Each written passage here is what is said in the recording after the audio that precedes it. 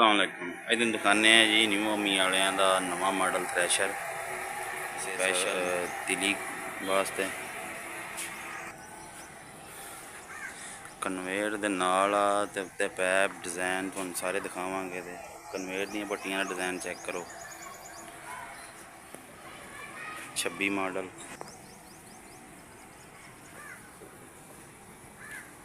Front side हैगी ये लाल ते इहदे गाले वाली जगह भी लाल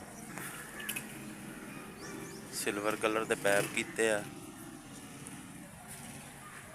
आह टंग पुली आ नवें डिज़ाइन दी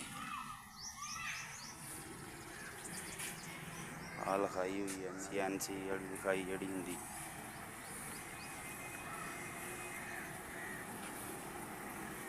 एक आ चैनल है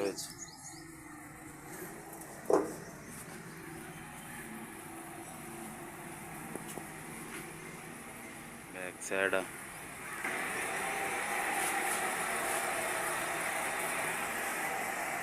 अपना नाम ही लिखा जी दुकान का प्रिंसिपल।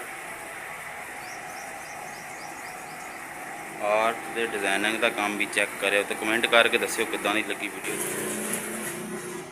दाने वाला बरनाला दिखाने थानू आ जी इतों टाकी हैगी है जो थल्लों किसी ने भरने हो कन्वेयर ना चलाना हो इतों ही भर सकता दाने तो जे नहीं तो बारी बंद कर दो फिर इतों भी आने बाहर इस जगह थोड़ी